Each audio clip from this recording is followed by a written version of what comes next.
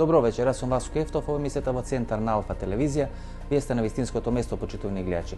Бидејќи во наредните 50 минути и вие и јас имаме право да ја знаеме вистината. Тема на нашата вечерашна емисија е интервјуто со Југослав Петрушич, поранешниот агент на француските тајни служби, човек кој има 4 државјанства и чие име се спомнуваше во мноштвото на афери, контраверзија, атентати тука на Балканот во последните 10 години.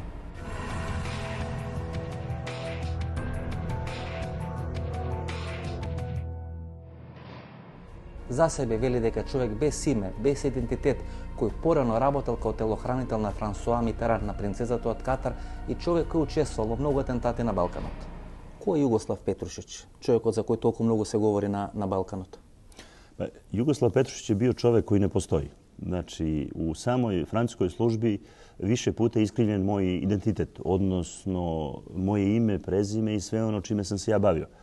Имao sam više imena, odnosno neka imena su korišćena, neka nisu korišćena. Imao sam i svoj kod i nisam postojao zvanično, a nezvanično sam radio najsloženije operacije koje danas u tajnoj službi radi čitava služba. Znači, čitava služba se bavi onim stvarima koje sam ja sam, bukvalno sam odrađivao na terenu. Znači, Југослав Петрушич, роден 62 година, некаде во близината на Лесковац, во Медвеđe, и веќе не постои. Значи, јас денес не разговарам со Југослав Петрушич, кој роден 62 година. Vi razgovarate sa čovekom koji ne postoji. Ja sam izbrisan sa svih mesta na kojima sam uradio najveće operativne zadatke koji su se ticali bezbednosti evropskih država, a i mnogih svetskih država, gde sam im donosio podatke kad će koji teroristički akt da bude, kad će biti napadnuta recimo Irak, kad će biti napadnuta Srbija od strane NATO-a. Tada sam radio za francusku tajnu službu. Ви имате кодно име Доминик, работејќи за француските тајни служби. Moje kodno ime je bio Šetač, Baladan, nekad. Dominik mi je bio, kad kažem nadimak, to je bilo nešto što su me zvali u Francuskoj, pošto moje pravo ime je bilo Jugoslav, a na francuskom je značilo Jugoslavija. Pa su, da me ne bi zvali Jugoslav i Jugo, oni su me dali ime Dominik, ali to je, moje ime Jugoslav Petrušić je bilo poznato samo u normalnim stvarima i normalnom druženju. Вие сте били, значи, член на француските служби, по некои информации сте били член на легијата на странците? Не, никад. Ja jesam koristio ljude iz Legije stranaca. Меѓутоа не сте били член на легија на странците? Ne. Radio sam za francusku tajnu službu, znači za civilni odel koji se zvao DST. Значи, велат, значи, по вашата биографија, што јас можев да најдам од мои пријатели, велат дека сте човек кој работел многу работи, меѓу другото сте биле дел од личното обезбедување на Франсуа Митеран, тогашен председател на Франција, принцезата од Катар и така натаму и така натаму. Sve je to tačno, ali to su bile stvari dok sam bio mlad i koje sam dodirivao. Tada sam i napravljen kao čovek koji ne postoji. Znači, u svim onim aferama i stvarima u kojima sam učestvovao, u kojima sam bio korišćen sam kao jedno oruđe koje je trebalo da završi posao i ako ga dobro završi, sve je u redu. Ako ga dobro ne završi, nikoga ne pozna i on ne postoji. Значи, сте биле во тимот на Франсуа Митеран? Jesam. Значи, сте чувале принцезата од Катар? Jesam. Вела дека се човек кој има 4 пасоши. Едното е на СР Југославија поранешна, денешна или Србија, едното на Франција, на Белгија, на Заир. Sve je to tačno. Zairski pasoš mi je oduzet. Mislim, kad kažem oduzet, to istekao je, više ga nisam produživao. Belgijanci su pokrenuli protiv mene jedan krivični postupak, navodno da sam u Zairu počinio neka krivična dela kao što je ratni zločin i odustali od toga. Srpski i francuski pasoš imam još. И вела дека се човек кој учествувал во фронтовите, во битките во многу држави, велат Босна, Косово, Заир, Алжир. Имате ли таква богата биографија или тоа на некој начин се одредени легенди кои се вртат околу вашето име? Ne. Ovo su istinite priče i ja nisam učestvovao, ja sam poslat na te teritorije zvanično od strane zvaničnih šefova tajne službe da završim najteže tajne zadatke koji su bili na tim teritorijama.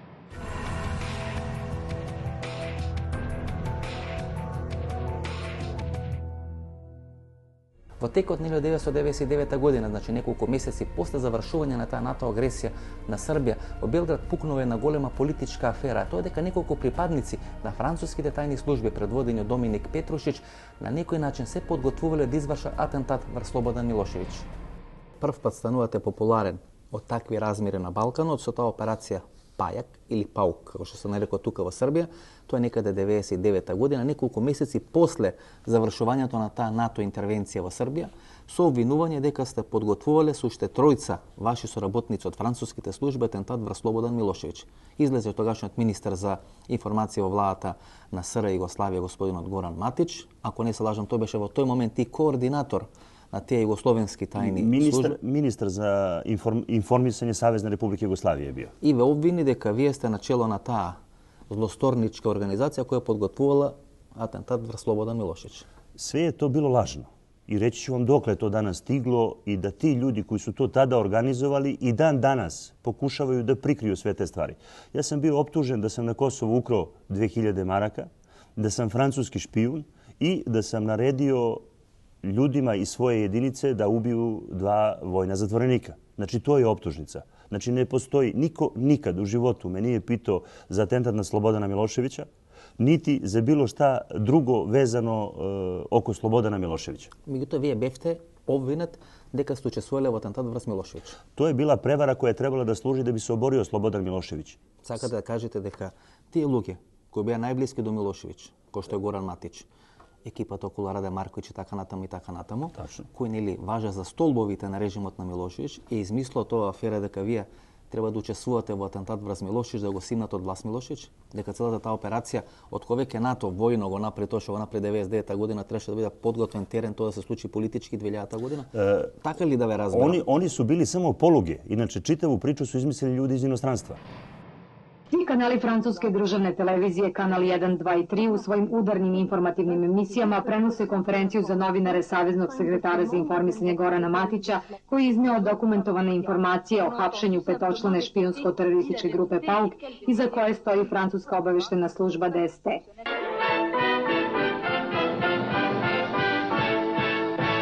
Vlada odbacila optužbe beogradskog režima da je kovala urotu protiv jugoslavenskog predsjednika Slobodana Miloševića. Tu je optužbu jučer iznio jugoslavenski ministar informiranja Goran Matić, objavljujući vijest da su uhićena 5 Srba koji su uz pomoć francuskih tajnih službi planirali ubojstvo predsjednika Miloševića. French officials Friday denied Yugoslav charges that the French Secret Service ordered a hit team to try to assassinate President Slobodan Milošević. Večeras je britanski BBC objavio informaciju o hapšenju špijuna u udarnoj informativnoj emisiji. Se poznate li vие со Милошевиќ? Kako da ne? U Parizu sam bio sa njime prilikom drugog Daytona. Значи дека е вториот Дејтон, вие сте со него, значи тоа некаде декември 95 година. Da, 55. I sve sam ja to njemu ispričao i objasnio. Значи вие негирате дека имате учество во атентатот врз Милошевиќ. Ne samo da negiram, nikome nikad nije ništa pitao. Значи никој не ви ни прашал, никој не ви ни консултирал, никој не ви ни наредил да направите атентат врз Слободан Милошевиќ на 2 или 3 месеци после атентатот, односно после завршување на НАТО бомбардирањето на Србија. Tačno.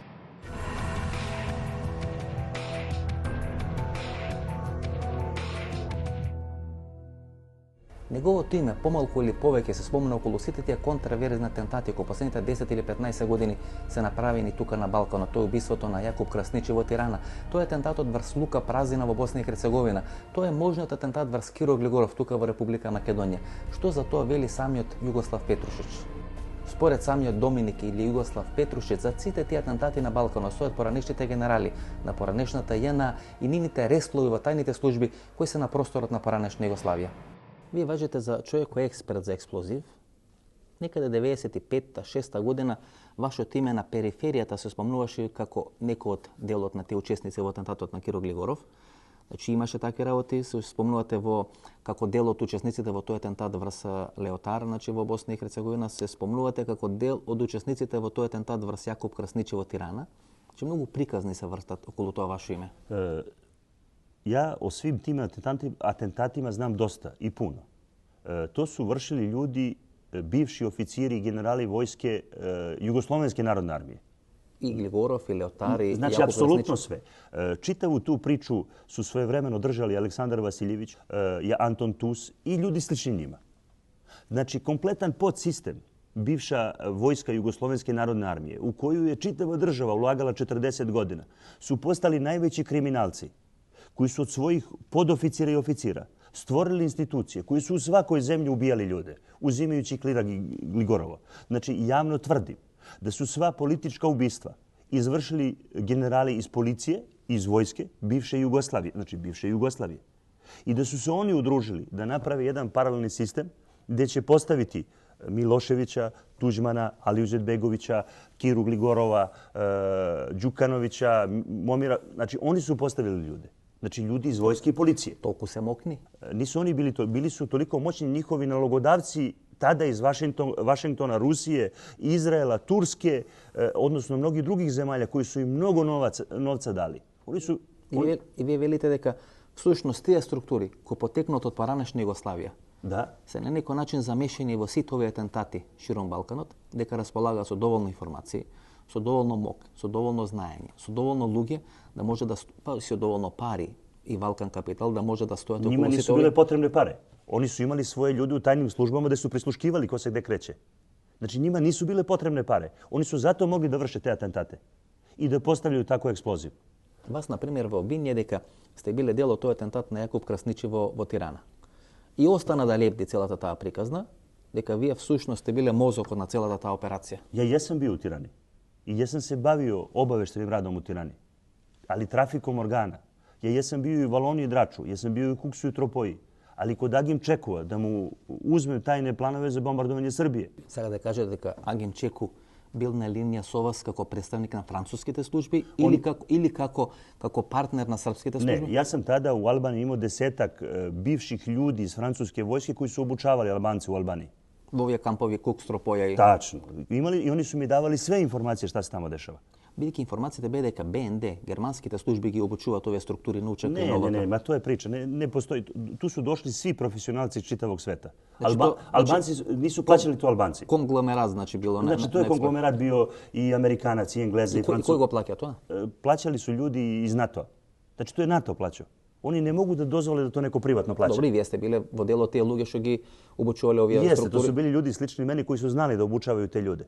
To je bilo isto i kod vas u Makedoniji kad je počeo rat. Иначе вие сте биле на линија тога со Агим Чеку и се ги добиле те информации за можен пробој, копнен или воен или било каков. Kopneni, vojni i način kako će oni delovati.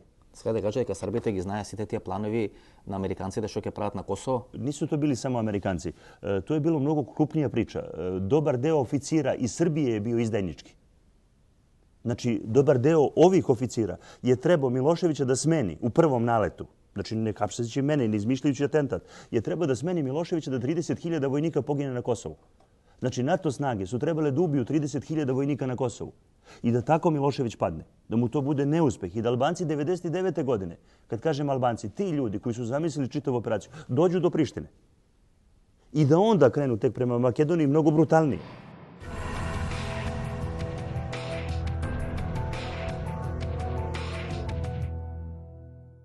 Српските генерали кои биле главни на таа српска војска 99 година на Косово денес потврдуваат дека со помош на информациите на Доминик или на Југослав Петрушич се спасени голем број на српски војници да не изгинат во таа НАТО интервенција на Косово.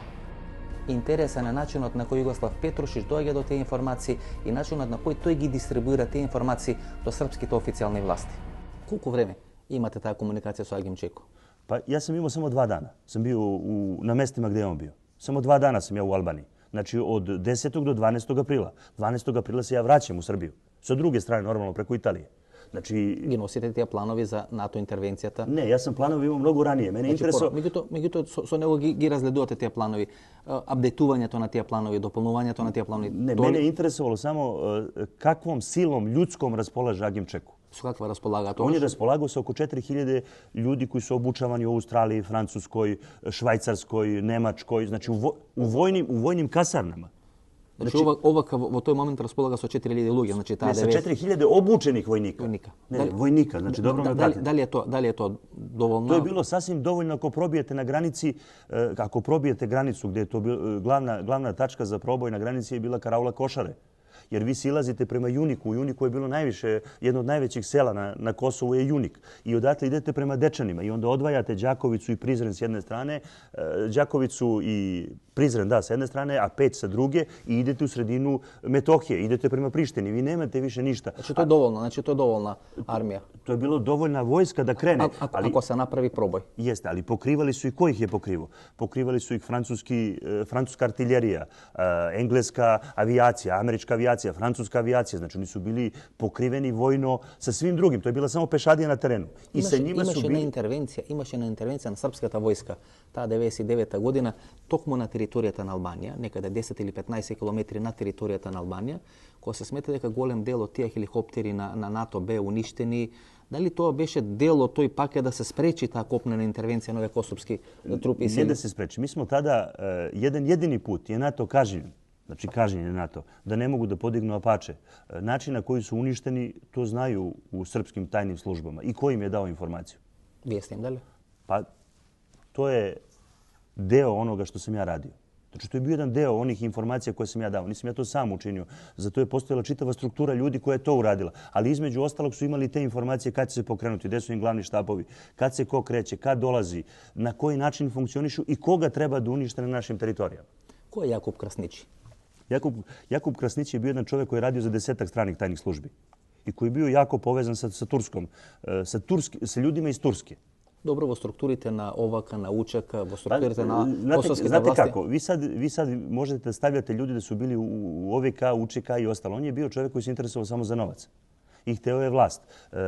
Sama veza sa Ramušom Haradinajem, sama veza sa Ašinom Tačijem, sama veza sa Agimom Čekovom, sama veza sa ljudima iz Turske, Erdoganom, tajnim službama vam daje takav primat da vi postanete čovjek koji može da komunicira sa kime god hoće i da ucenjuje koga god hoće. I kod njih je bilo revalz. За Јакуб Красниći. Да. Толку беше мокна фигура? Nije on bio moćan, on je bio moćan u onim stvarima koje je radio. Znači u datom momentu vas definiše trenutak onoga gde se vi nalazite i šta traže od vas moćnici iz NATO-a, odnosno moćnici iz Turske ili iz OVK. Ви учествувате во неговата елиминација? Не, никада. Не, таман посла. Меѓутоа, обвинувањето бе дека Доминик или Југослав Петрушич учествувал, бил мозокот на таа операција за уништување, односно за убивање. Југослав Петрушич je bio mozak da ukrade tajne planove Jakuba Krasnića. Ne Jakuba Krasnića, nego opšte UČK i čitave postave koje je bilo u Albaniji. Znači, njihov glavni cilj i tema je bila da kažu da sam ja izvršio ubistvo Jakuba Krasnića, da sam izvršio ubistvo, šta ja znam, mnogih drugih ljudi, Juke Prazine, da sam izvršio pokušaj ubistva Slobodana Miloševića, da sam izvršio ubistvo u Alžiru, u Zairu. I sve su oni to pokušali da mi stave na glavu iz jednog prostog razloga jer sam ja vladao dokumentima. Dobro, a ste učestvovali во некои убиства? Ne. Osim u vojnim akcijama. Nikad u životu nisam učestvovao u ubistvima. Jedine stvari koje sam radio je bilo uništavanje i eliminacija terorista koji su za cilj imali uništavanje civilnog stanovništva u nekim zemljama Zapadne Evrope. Znači, dobro me pratite što kažem. Ja nisam nikad nikoga ubio. Ja sam uništio terorističke ćelije Hamasa, džihada, odnosno neke druge iz Bosne, koje su imale za cilj prvenstveno postavljanje bombi, eksploziva i drugih vidova terorizma prema stanovništvu koje je bilo nenaoružano. I moj zadatak, prvashodni u francuskoj tajnoj službi, je bio upravo da pronađem takve ćelije, da im javim, kažem, ili da obelodanim na neki način da se nešto tako sprema.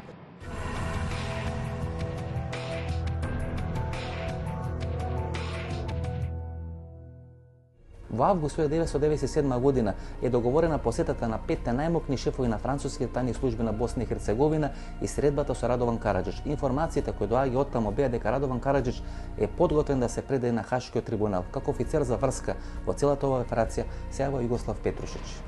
Постоje многу шпекулации дека пред тие француски тајни служби вие сте биле вклучени во некои операции во Босна, посебно после 95 година. Едната операција е за фаќање на Караџич, втората за операција за фаќање на Младич, па дури имало одредени информации дека имало некои преговори ведете шеф на обезбедување на Ратко Младич. 1997. godine francuska tajna služba mi daje zadatak da dođe prvih 5 šefova tajne službe u Bosnu gde je Radovan Karadžić hteo da se preda. Znači 97. godina. Znači mesec avgust. Znači ima najave дека Радован Караџич... Ne, on hoće da se preda, ne samo najava. Pristoje da se preda francuskoj tajnoj službi. I ja dolazim sa 5 prvih šefova francuske tajne službe u Bosnu, u restoran Kula, sa šefom srpske tajne službe Vojske Republike Srpske tada Milomirom Savčića. I dogovaramo se kako će Radovan Karadžić da se preda. Znači ja sam prevodilac. Da bi za to vreme njihov oficir koji se zove Hervé Gourmelon, znači francuski oficir koji je bio u vezi s Radovanom Karadžićem, poslao mu pismo i rekao mu da se ne predaje. I tada je Hervé Gourmelon radio za američku tajnu službu. Zbog te operacije propada operacija predaje Radovana Karadžića.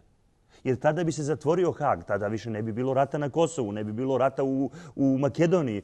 Sasvim drugačije bi se odvijala politička situacija na Balkanu. Znači, to je 2 godine pred vojната na Kosovo. Tačno. Znači, to je projekt i plan na Francuzite da go naterate ili Ratko, odnosno Radovan Karadžić da se predaje u Hag, go minira delovi na te francuske službe koje rabota za Amerikanci, da? Jeste, jer francuski oficir Hervé Gourmelon je radio za Amerikance. Imao je ubačenu muslimanku koja je bila špijun, koja je Amerikancima dostavila ta pisma. Ja to pismo imam, ja sam vam ga stavio u dokumente. Znači, vi imate ta dokumenta o čemu vam ja sad pričam. I Radovan Karadžić se ne predaje, beži tada. Tada je Radovan Karadžić imao 40 tona dokumenata da dokumentuje šta se desilo u ratu u Bosni. Kaj se te dokumenti sega? Sve je to uništeno. Radovan Karadžić je sa rukama u džepovima predat Haškom tribunalu. To je isto i sa vašim ljudima koji su predati Hagu. Znači, ja sam pratio suđenja. Znači, ključno je te luge da bijat predadeni toga što im odgovara na Amerikancite i na način na kojem odgovara na Amerikancite. Jer nije bilo završeno... Odnosno bez dokazi. Jer nije bila završena priča, ne samo bez dokaza. Nije se radilo tu o Radovanu Karadžiću. Radovan Karadžić je bio minorna... Mislite prikaznata u Kosovo, Makedonija? Upravo tako. Nije bila završena priča na Balkanu. Znači, vi ste morali priču da završite. Vi ste morali da napravite rat na Kosovu i u Makedoniji. Što je prikaznata sa Ratkom Mladić?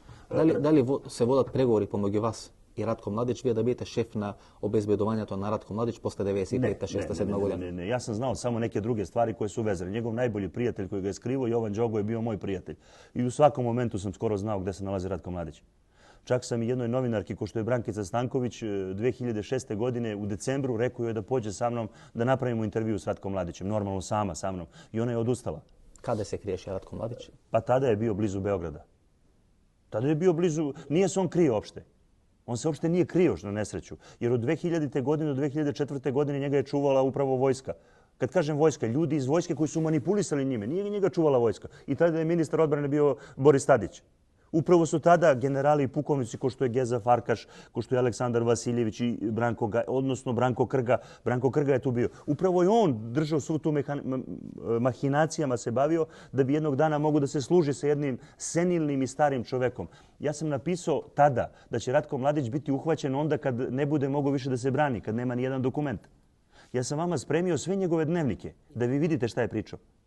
Znači iz Haga sam dobio sve njegove dnevnike koje ću vama dati. Znači, vi imate sva dokumenta koja mogu da vam dokumentuju ovo što ja pričam. Znači, to je bila najveća prevara. Ne pustiti Ratka Mladića 2002. godine kad je bio najjači i najvispreniji i kad je imao sva dokumenta sa sobom da se brani. Toku сега, posle 2 mozgočni udari koji ima pretrpeno. I kad su mu ukradena sva dokumenta, on nema ništa više u rukama. Znači, луѓето кои го крие, всушност му ги украдува документите и така гол пиштол го пуштија како старец на 74-5 години. Upravo tako, ali tako i sa ljudima iz Makedonije koji su suđeni. Možete proveriti tamo da su sva dokumenta sklonjena. Svake akcije. I uvek su tu paravojne jedinice. I uvek su tu krivi neki treći ljudi. I uvek će tu doći neke nevladine organizacije koje će otkriti te tajne. Znači, čitava priča oko ratnog zločina je izmanipulisana kao i ratni zločini. Kao i sud u Hagu. Jer sud 1997. godine je dobio novac u Hagu od Pakistana i Saudijske Arabije. I budžet je imao samo 4 miliona i 100.000 dolara. Danas je taj budžet prevazilazi milijardu eura. To je postala institucija za ucenjivanje predsjednika država, za ucenjivanje ljudi iz tajnih službi. Znači, to je privatna institucija koja danas ucenjuje ljude koje se ne bavi istinom. Korporacija. Korporacija, lepo ste rekli.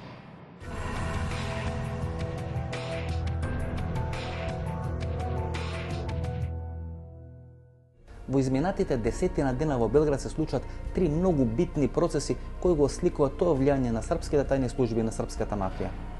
Како прво во градот Валенсија во Шпанија е уапсен неформалниот шеф на остатокот од земјонскиот клан господинот Лука Бојовиќ и останатите припадници на тој земјонски клан кои досега се уште беа на слобода. Како второ, пред 10 до 15 дена од централниот затвор во Белград се обидеа да избега двајца многу битни затвореници. Првиот е Сретко Калинич или човекот кој важеше за главен екзекутор на земјонскиот клан и вториот е Желко Миловановиќ, односно човекот кој учествуваше во елиминацијата ниво Пуканич во Загреб. И како трето, пред 20 дена во Јужноафриканската република во градот Јоханесбург беше уапсен Добрисав Гаврич, односно човекот кој беше осомничен за тој атентат во Саркан. Господине, ме рече, дали е нормално да речеме Сретко Калинич? Ништа ту не е нормално. Па претпоставам, затоа ве прашувам. Например, Сретко Калинич, човекот кој се сметаше за главен екзекутор на земјонскиот клан, кој е во судски процес во Србија. zajedno sa gospodinom Milanović, ajde da ne kome gospodin, međutim nije kako poinako Željko Milanović koji učestvovao u atentatu ili ubistvu na Pukanić vo Zagreb. Znači, tije vo jedan den uspeva da izbegat od svojite keliji i se fatini na samiot izlaz od srpskog istražan zatvor. Prašanje to, možno li je to da se sluči ako delovina srpska policija, delovina srpsko pravosudje, delovina srpske političke partije ne im služe kako logistika na to? Ja očekujem da se otkrije konačno ta zona sumraka. To nisu nikakvi kriminalci. To su istaknuti tajni agenti koji su raspoređeni u mafiju.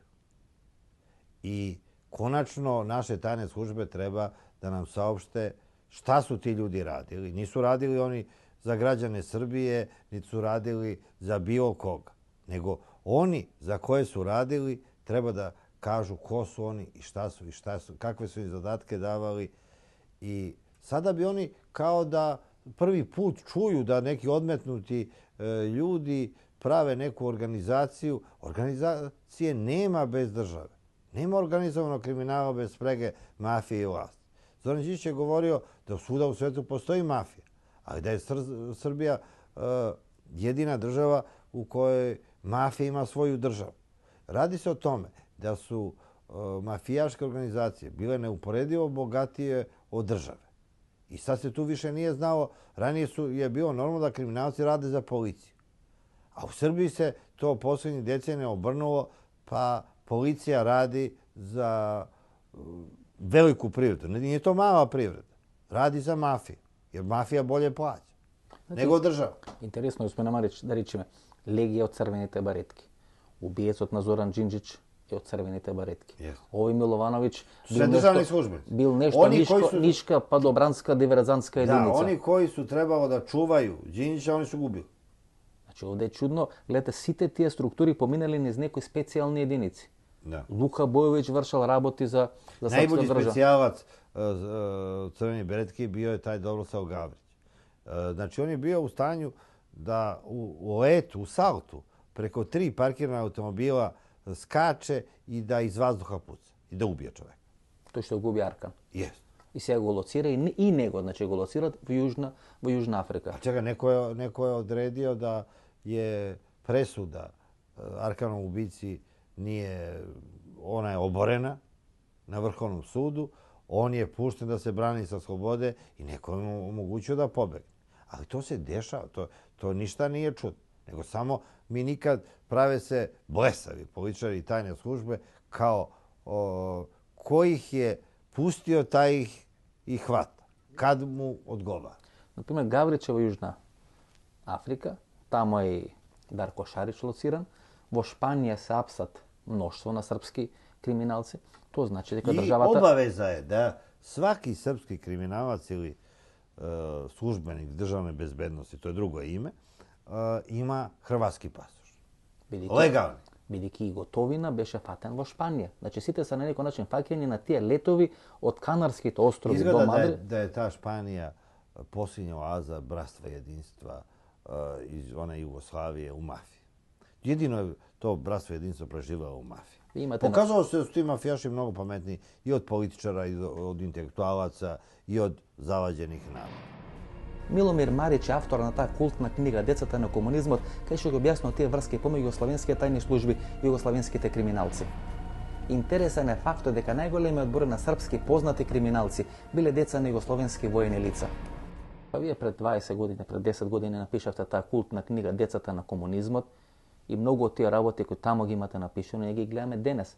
Тие деца на комунизмот... Ovo su sad na sceni dece komunizma. Znači vnucите на комунизма. комунизма. Bilo je pravilo da u Srbiji nijedan viđeniji kriminalac nije mogao da se afirmiše ako mu otac nije bar pukovnik Kosa. Arkanov otac je pukovnik Kosa, otac Darka Ašerina je pukovnik Kosa, otac Zorana Vukovića koji je bio Ljubu Zemunca je pukovnik Kosa. Znači, jedini čovjek bez tog komunističkog pedigrea koji je uspeo koliko toliko u mafiji bio je Đorđe Božović Giška, koji je morao da odradi to što nije politički podoban da bude u mafiji.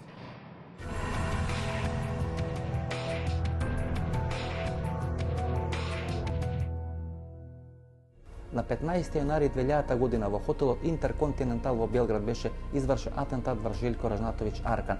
Постојат многу контраверзии кој се стои за тоа убиство на Аркан. Еве верзијата и приказната на Југослав Петрушич, познатиот Доминик, кој смета дека Аркан всушност бил убиен, бидејќи на тој начин требало да биде ослободен просторот за елиминација на Слободан Милошевиќ од политичката сцена. Што е со убиството на Аркан? Значи, ние снимаме тука во хотелот, кај што некаде пред 10-15 години убиен Желјко Ражнатовиќ Аркан. Убиецот сега наводно нели е фатен во Јужна Африка, треба да биде естрадиран на територијата на Србија. Што е вистината за убиството на Аркан? Прво да знате, убицу сам ја јурио пуних 3-4 години и 4 години има како сам га лоцирao где се налази. Говорите за Гаврич? За Гаврича. И Гавриć je na Kosovu bio meni podmetnut. On je trebao meni, na Kosovu je dolazio nekoliko puta u mojoj blizini gdje je trebao da me ubije. I Dobrosav Gavrić je sa izvesnim ljudima učestvovao u tome da žive Albance dovodi ovdje na Batanicu i ubija, kao da su ih Srbi vozili. Znači, to je sve bila organizovana šema i grupa tih ljudi koji su svo vreme od 1991. do 1999. godine radili u ubistvima. Znači, Dobrosav Gavrić je bio član korporacije. Znači, radio je za jednu instituciju. On nije radio ni za policiju, ni za vojsku. Radio je privatno, sa Miloradom Pelemišom. Ja sam ga otkrio. Znači, tada su oni trebali mene da ubiju, 1999. prilikom mog hapšenja, da bace moje oružje ispred Belog dvora i u emisiji Gorana Matića imate da su oni tada trebali da ubiju Slobodana Miloševića i Arkana. I ja da budem odgovoran za to. Очекувате дека екстрадицијата на убицата на Аркан ќе открие некои нови елементи околу неговата атентат? Веќе јавна тајна дека... Договорена е истина. И држат ќе се... И Гавриć ништо nije otkrio. On je nije ni priznao da je ubio. Treba se otkrije šta je Legija i kakva je njegova uloga bila u ubistvu Arkana. I o tome postoje neke indicije. Znači, Arkana je i stvorila i ubila državu. Tako i ove sve kriminalce o kojima razgovara. Znači, njih stvori država i onda ih uništi kad to postane politički štetno. Обично велат дека секош при промени на властите, а такви некои ситуации се можни после избори во Србија, дека мора да се исчисти теренот на тие непожелни сведоци, посебно во делот на мафијата и таа скрега со тајните служби. Овде се то сад ради под меѓународни притиском. Значи сега се притиснати властите. Неке ствари koje su ranije vlasti radile sada su nezamislive kad se nalazimo u predsoblju Evrope. I verovatno postoje neki pritisci i ucene da mora država da se obračuna sa organizovanim kriminalom da bi uopšte napredovala i dobila status kandidata. Тоа сака да кажете што се случи во Бугарија 2001-2005 година, некаде 150 неразјаснити убиства по софиските улици околу Бојко Борисов е тогаш шеф на бугарската полиција, денес премиер. Веројатно тој модел и тој пат треба да го помени Србија. Pa da, govorilo se čak i da ona ubistva koje su vršili zemunski klan na čelu sa Legijom, kad su bili krvavi obračuni tobože za osvetu ubicama Arkana, kad su pobijeni silni ljudi, da je to bio Legijin državni zadatak. Da го исчисти теренот. Da, uoči 5. oktobra i posle 5. oktobra. Da je to bio državni zadatak njegov koji on radi. Вие рековте дека 4 години сте биле на трагата на господинот Гавриć, кој на некој начин обвине дека стои за убиството на Желјко Разнатовиќ, дека е директен извршител на тоа убиство. Значи 4 години го барате низ светот. Го лоцирате во Јужна Африка. Америка, да. I on je bio u Kitu u Ekvatoru i on je tek možda neke godinu i po dana sad u Južnoafričkoj republici otputovao je tamo. Ja sam znao gde živi, u kom restoranu, recimo u Južnoafričkoj republici. U Južnoj Americi, pardon. Znači u Latinskoj Americi, ne u Južnoj Americi, nego u Latinskoj Americi. Koji go krije cijelo to vreme? On je bio tada sa Jezdimirom Vasiljevićem, ovim što je držao nekad banke i ostalo. Znači oni su sklonili tamo sve svoje ubice. U Južna Amerika? Jedan deo. To su isto i Hrvati uradili. Hrvati su to uradili u Boliviji, ovi su uradili u Ekvatoru. Odnosno u Johannesburgu, u Južnoafričkoj republici.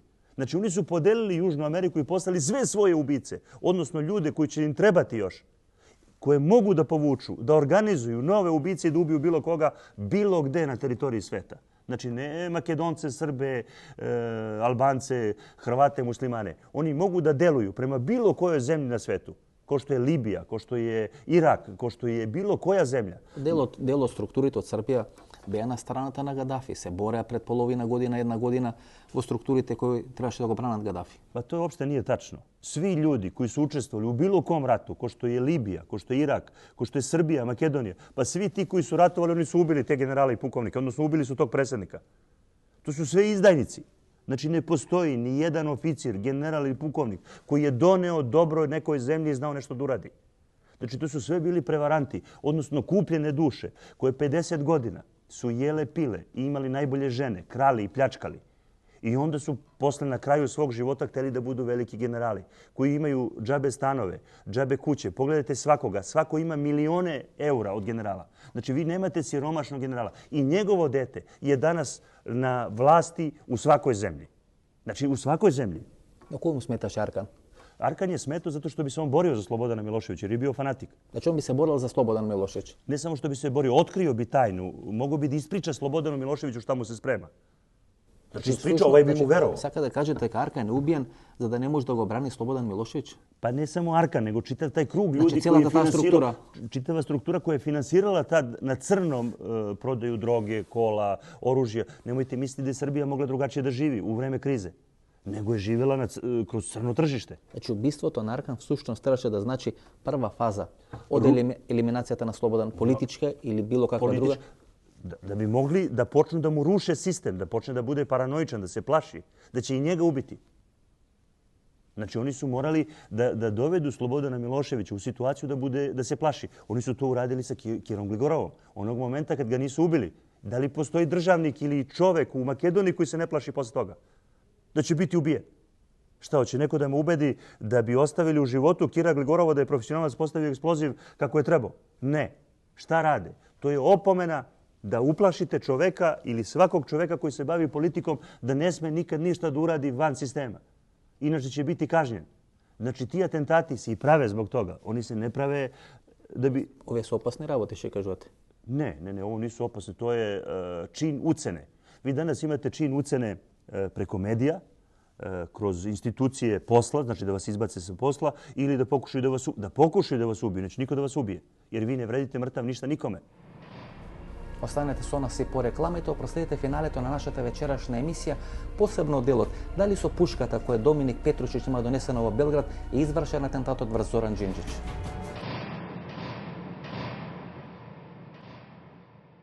Well, now you see, I have grown up.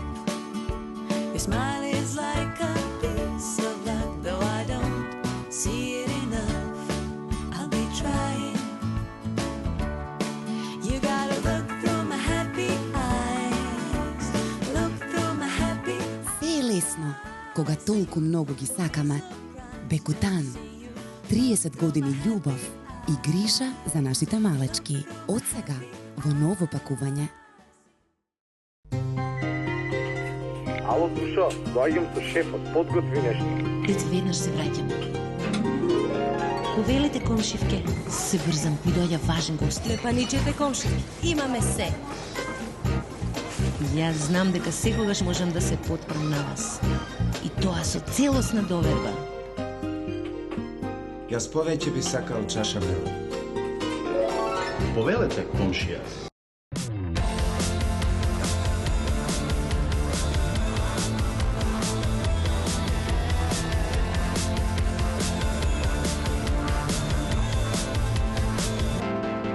Секоја генерација го заслужува својот Јарис. Новиот Јарис од Toyota.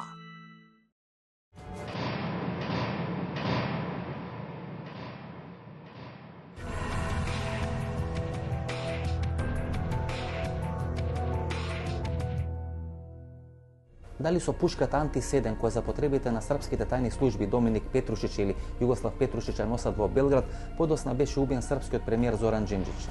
Како што самиот Доминик кажува, таа пушка за 20.000 германски марки тој ја носи за потребите на српските тајни служби и за тоа има добиено пари на рак. Што е со атентатот врз Зоран Џинџич? Имаше многу приказни во српските медиуми дека пушката со која е убиен Зоран Џинџич е всушност ваша пушка, дека вие претходно имате користено и дека легално сте ја донеле на територијата на Србија за потребите на српските тајни служби или на српската ДБК. Sve što ste rekli je sve tačno. Pušku sam donao za potrebe službe državne bezbednosti. To je puška Antis 1. Tako je isto oružje, 8 takvih pušaka je Makedonija kupila. 8 takvih. 8 takvih puški imate u vašim specijalnim jedinicama. To je kalibar 12 za prikaz. 12,7 mm i služi za... To je jedna od najboljih pušaka za specijalne operacije. Za uništavanje terorista. Znači, vi ta puška je nosite sosama legalno na teritoriji na Srbija? Ne, to je na zahtev jedne institucije i ja je donosim ko oruđe. Ko sad da imate naručeno, vi je donosite ovde i donesete je zato što je neko naručio legalno. Tu pušku ne možete da kupite u slobodnoj prodaji. Koliko čini ta puška, na primjer? Ta puška je tada koštala oko 20.000 nemačkih maraka. Tada. Znači skapoceno oružje. Da, i to je, ne, sad je mnogo skuplja. I ta puška koja je kupljena, tada to je bio prvi model. Makedonija je kupila mnogo sofisticiranije modele.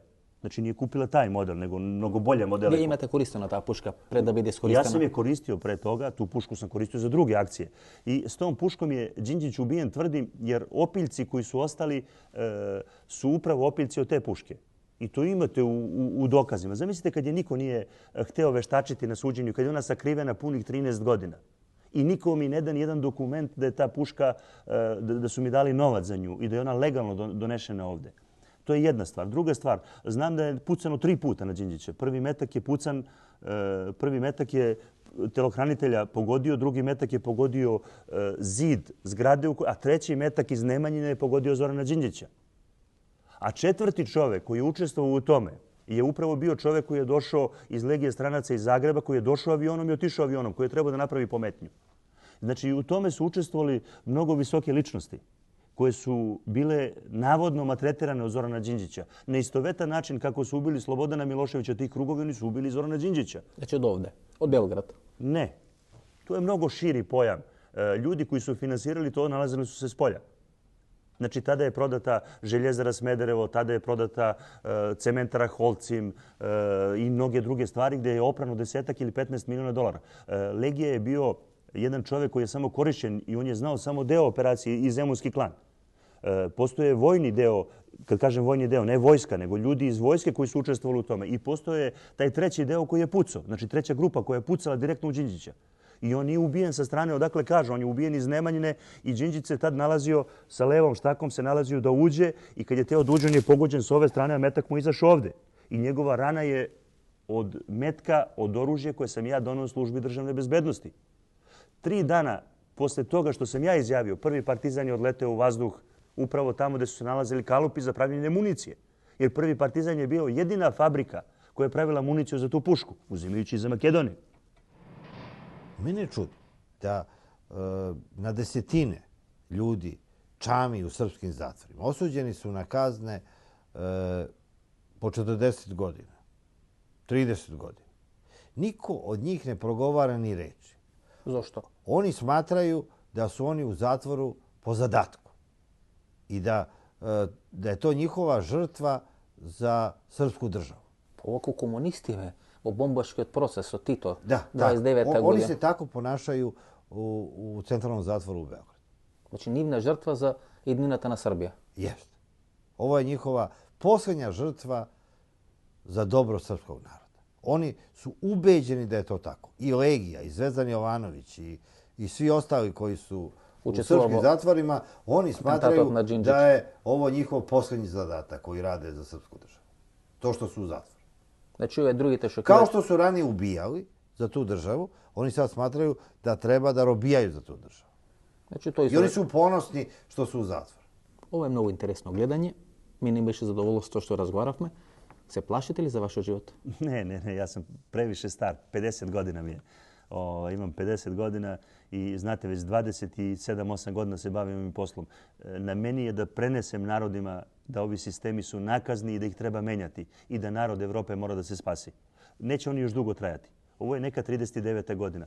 Onog momenta kad dođe do rata u Izraelu, doće do rata u Evropi. Poslije toga će oni početi, sve ovo što ja vama pričam će izaći na video. Останете со нас по рекламите, се враќаме за 1 минута да одјавиме нашата вечерашна емисија.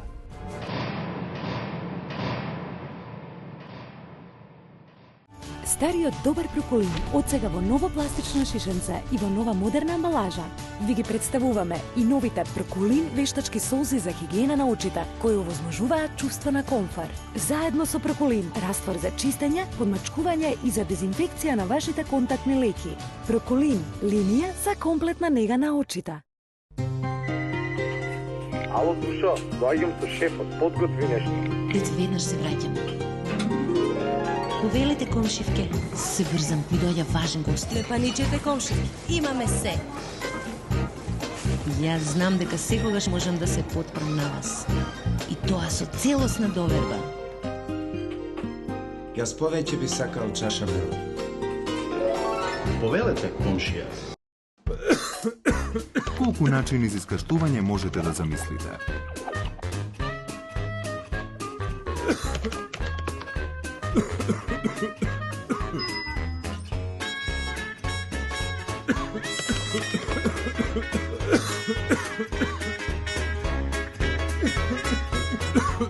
Ви го представуваме Бронлес, ефикасен при продуктивна кашлица. Бронлес го олеснува искашлувањето и дишењето.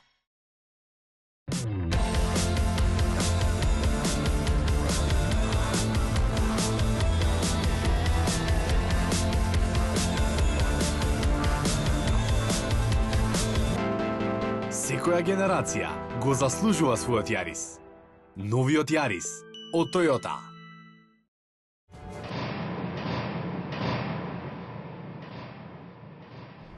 Ова беше емисијата во Центар. Јас сум Васко Ефтов, почитувани гледачи. Вие вечерва можевте да проследите ексклузивното интервју со Југослав Петрушич. Уште едно големо парче, посебно посветено на војната 2001 година, од интервјуто со Југослав Петрушич, ке може да проследите во една од нашите следни емисии. Јас ви посакувам пријатна вечер, се гледам минут понеделник во истото ова време. Пријатно вечер, Македонија, каде и да си.